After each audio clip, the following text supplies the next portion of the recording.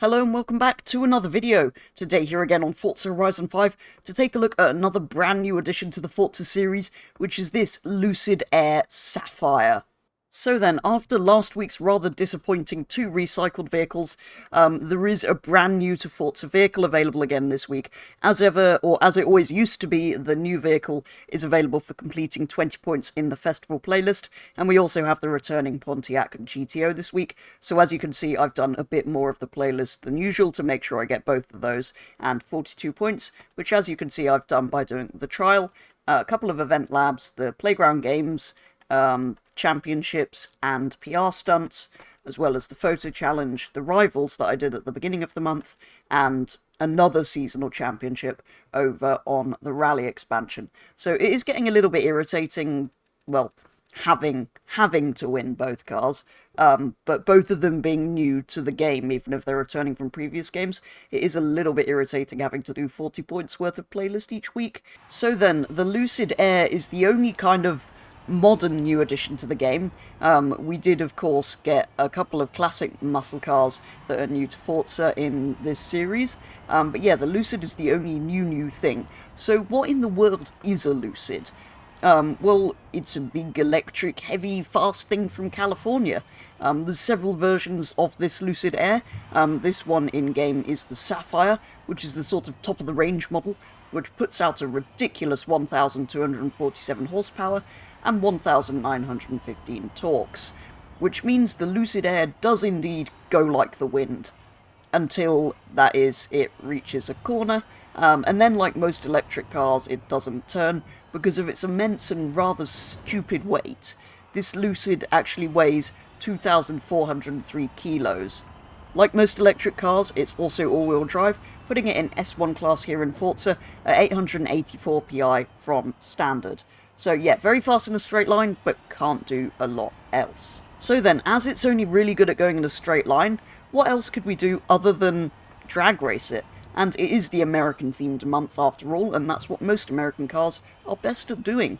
Anyway, to start with, we put it up against a modified Chiron and a Gira RS, and a Mercedes Saloon with 1,300 horsepower. Well, I have no accelerations there. Wow, I feel a bit outclassed with everyone in S2. The only way I could get this up to 1,300 horsepower was put the V12 in it, so... Me and Ewan are gonna fly. Oh my god, I've just seen what you've done to the back of that Bugatti. It was just a random tune I found. It handles really nicely. This is stock, God. That Mercedes sounds like it has a V12. Yeah, so I did say that. It was the only way I could get it to 1,300 horsepower. God, you guys are gaining on me, especially Ewan. Yeah, because you give a massive wing I mean, back. this was the fastest car in the world at one point, like. Yeah, true. it was. Okay. We need to try this again, but I'll get a 275 different car. I can this do 205 stock, I'm actually surprised. 250. I need to get it into a different car. That's what I'm gonna do. I'm into the Hennessy, Ewan. That's still gonna Oh. be too fast. I'll stay in the Brabus then.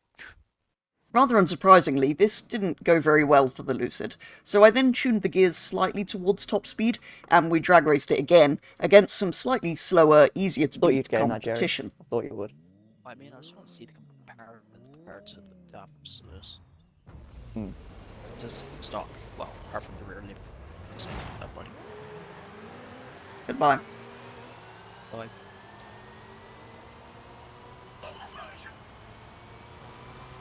Oh my god. You're not going fast enough, petrol. 230, 240, 250, 260, 270, 220, 230, 270, 240. 280. That's the Oh Lucid, my isn't god, it? 290. Come on, I can reach 248. 300 miles per hour. did you fully upgrade that bike? No, I just tuned the gears a bit towards speed. Ah, fair. 304. I want to try something. I want to put it all the way to speed 304. and see what happens. Okay. 304. 220. which apart from being beaten by one ridiculously fast thing, went a lot better. So I then tuned the gears the rest of the way, all the way to speed, and we went for a third drag race. Not the X. Yes, the X22.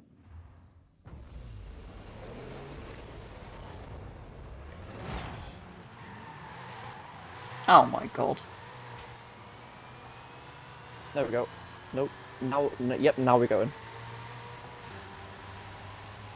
Goodbye, everything. Reel him in! Reel him in! Reel him in! Oh my god, the speed! Right, 220. 270. 230. 240. 280. 250.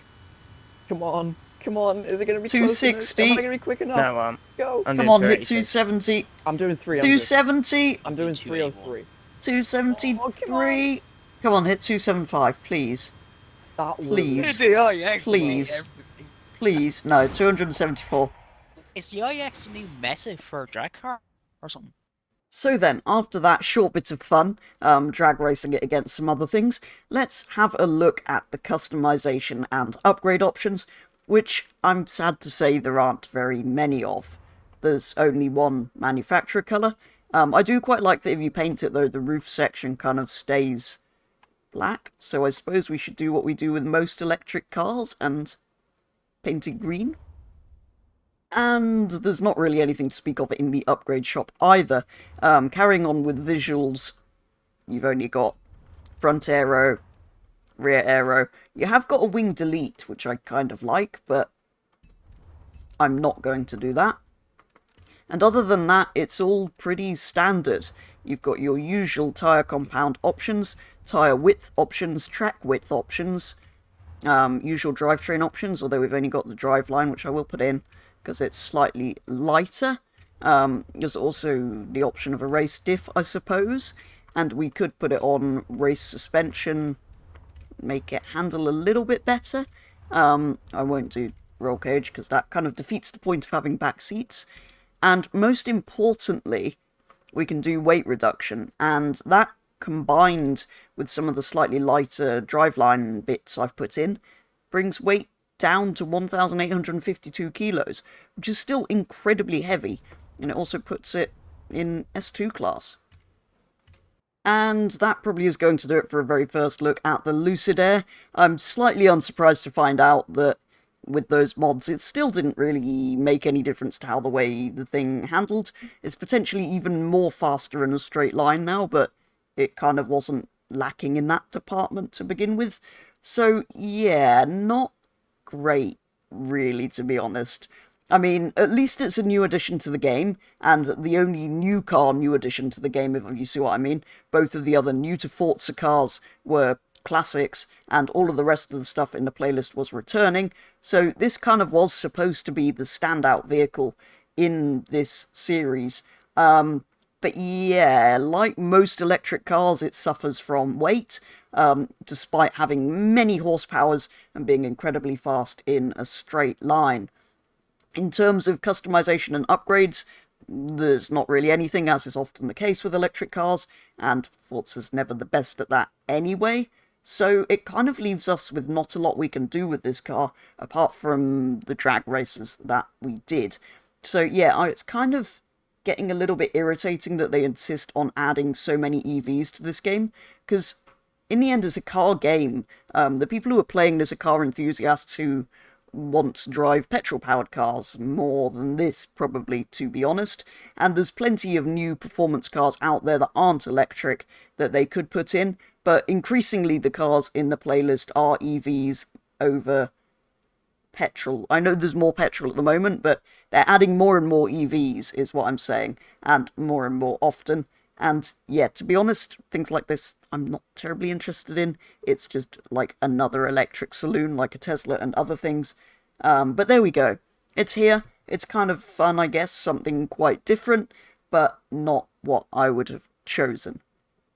Anyway, for a very first look at this Lucid Air Sapphire in Forza Horizon 5, that is going to be all. Do let me know what you think and what you think of them adding an increasing number of electric cars in general. But for today's video, that is going to be all. So thank you very much for watching, and I'll be back with the next one very soon. As I don't particularly like this Lucid then, let's see how far it can fly into the air, because this is all there is that's left to do with this thing.